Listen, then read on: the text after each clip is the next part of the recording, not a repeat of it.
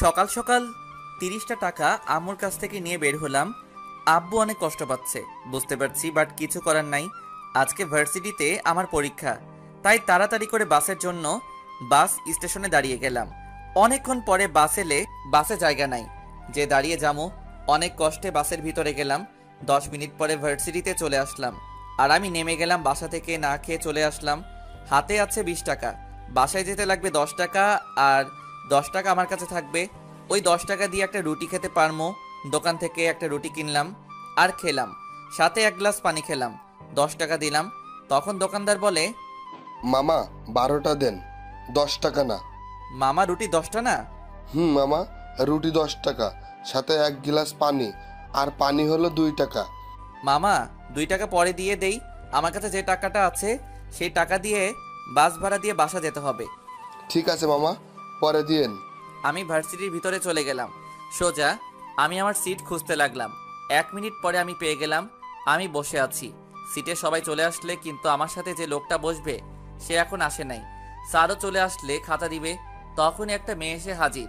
সবাই ওই মেয়ের দিকে হ্যাঁ করে তাকিয়ে আছে। দেখতে ঠিক পরীর মতো সুন্দর, বাট এই মেয়ে এখানে কেন? কখনো তো দেখি নাই এই মেয়েকে আমাদের ভার্সিটিতে। তখনই স্যার, আরে আদিবা, ভিতরে আসো। আর সবাই শোনো, ওর নাম আদিবা। আজ থেকে সে তোমাদের সাথে পরীক্ষা দিবে আর সে তোমাদের সাথে পড়বে। যাও, তোমার সিটে গিয়ে বসো। মেয়েটা এসে আমার সাথে বসলে, আমার সাথে বসতেই তার একটু সমস্যা হচ্ছে, তা আমি বুঝতে পারছি। আমার কাপড়গুলো একটু পুরনো টাইপের, তাই আমি মেয়েকে বললাম, হাই, আমি আবির আহমেদ আদি। মেয়েটা ভাব নিয়ে কোনো কথা বলে না। তখন বুঝলাম মেয়েটা বড়লোকের দোলানি, তাই এত ভাব। স্যার খাতা দেওয়া শুরু করলে, সাথে প্রশ্ন। সবাই লিখতে শুরু করলে। আমি আমার মতো করে লিখছি। সবাই এক্সট্রা পেপার নিচে, আমি শুধু তাকিয়ে তাকিয়ে দেখছি আর ভাবছি কি এমন লেখছে তাদের এত এক্সট্রা পেপার লাগে। আমার তো আরো অনেক পৃষ্ঠা বাকি আছে। দেখতে দেখতে প্রায় সময় শেষের দিকে চলে এসেছে। তারপরে গিয়ে একটা এক্সট্রা পেপার নিলাম। একইভাবে ঠিক সময় লিখে পরীক্ষাটা দিলাম। সবাই বের হয়ে সব বন্ধুদের সঙ্গে কত কথা বলছে, বাট আমি বলতে পারছি না, কারণ আমার কোনো বন্ধু নাই। আমার পোশাক দেখে কেউ আমাকে বন্ধু বানাতে চায় না, আর আমিও কারো বন্ধু হতে চাই না। বাসায় আসার জন্য বাসে উঠলাম। 10 মিনিট পরে আমাকে বাসার কাছে নামিয়ে দিলে আমি বাসায় ঢুকি। তখন আমার কলিজার টুকরা বোন আমার কাছে এসে হাজির। ভাইয়া, ভাইয়া, আমার চকলেট কই? সরি কলিজা, আনতে মনে নাই, কালকে আনবো কেমন? আমার কাছে টাকাও শেষ হয়ে গেছিল, যার কারণে চকলেট আনতে পারি নাই। আমি প্রতিদিন ভার্সিটি থেকে আসার সময় চকলেট নিয়ে আসি। আর হ্যাঁ, আমার ছোট বোনের নাম মারিয়া। আচ্ছা। ওই পাগলি, রাগ করিস কেন? বললাম তো সত্যি মনে নাই। তখন আম্মু বলে, আদি, ফ্রেশ হয়ে খেতে আয়। আমি ভাত বাড়ছি, মারিয়া এখানে আয়। আচ্ছা আম্মু, বলে উপরে চলে গেলাম। গিয়ে ফ্রেশ হয়ে নিচে এসে দেখি আব্বু টেবিলে বসে আছে, তাই আমি আবার চলে গেলাম উপরে। আমি আর মারিয়া অনেকবার ডাকছে খাবার টেবিল আসার জন্য, বাট আমি চলে গেলাম আমার রুমে। কিছুক্ষণ পরে আম্মু আর মারিয়া খাবার নিয়ে আমার রুমে আসলে, তখন আম্মু বলে, আর কত কষ্ট দিবি তোর বুড়ো বাপটাকে? সে অনেক কষ্ট পাইছে। তো আমি কি করব সে কষ্ট পেলে? তুই কি করবি মানে? তোর বাপের সাথে আজ থেকে 4 বছর ধরে কথা বলিস না। একটু কথা বললে কি হয়? সে না হয় একটা ভুল করেছে, তাই বলে তুই আর তার একমাত্র ছেলে হয়ে তার সাথে কথা বলিস না, তার দেওয়া কোনো গাড়ি বা পোশাক নিচ্ছিস না, সব সময় পুরান পোশাক পরে ভার্সিটিতে যাস, তারও আবার লোকাল বস দিয়ে তোর বাপের অনেক কষ্ট পায়। কার জন্য সে এত টাকা ইনকাম করে বল?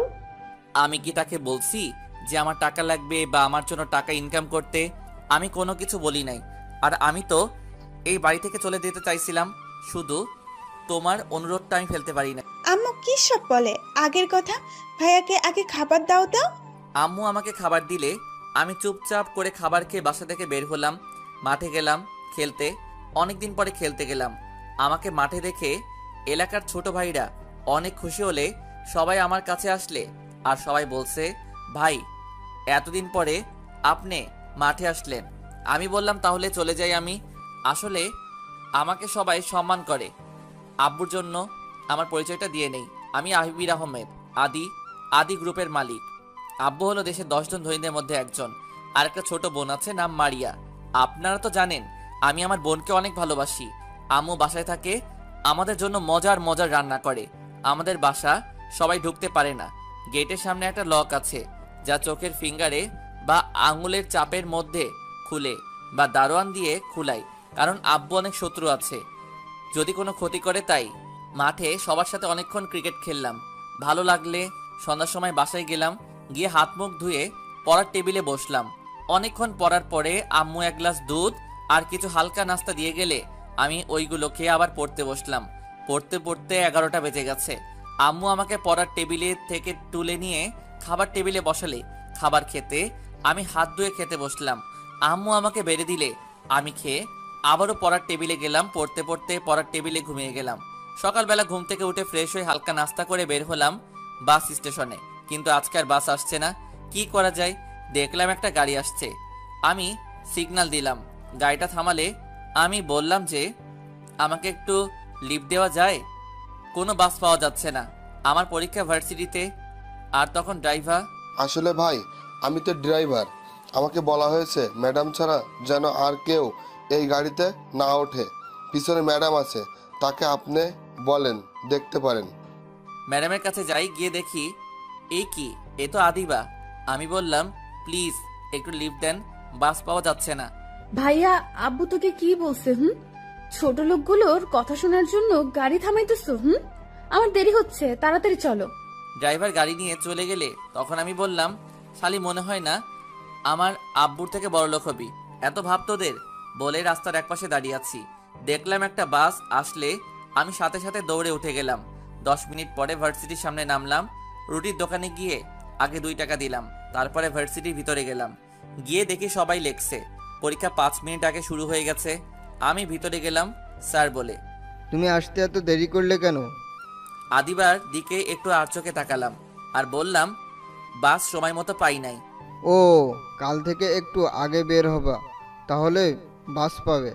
আমি বললাম জি স্যার বলে লিখতে থাকলাম। শুধু ফারুক স্যার আমার সাথে সুন্দর করে কথা বলে, আর বাকি সব স্যারের একটা চিন্তা করে আমি কি করে এই ভার্সিটিতে ভর্তি হলাম। যাই হোক, আগে পরীক্ষা দিতে হবে। আর কথা না বাড়াই, আমার হাতে সময় আছে 2 ঘন্টা। আমি প্রশ্নটা দেখলাম, সবগুলো কমন। আমি লিখতে থাকলাম। অনেকক্ষণ লেখার পরে হঠাৎ মনে হলো কেউ আমাকে কলম দিয়ে খোঁচা দিছে। দেখলাম আদিবা। হাই, আমি আদিবা। আমি কিছু না বলে চুপচাপ করে লিখতে থাকলাম। আবারও খোঁচা দিলে কলম নিয়ে বললাম, কি সমস্যা?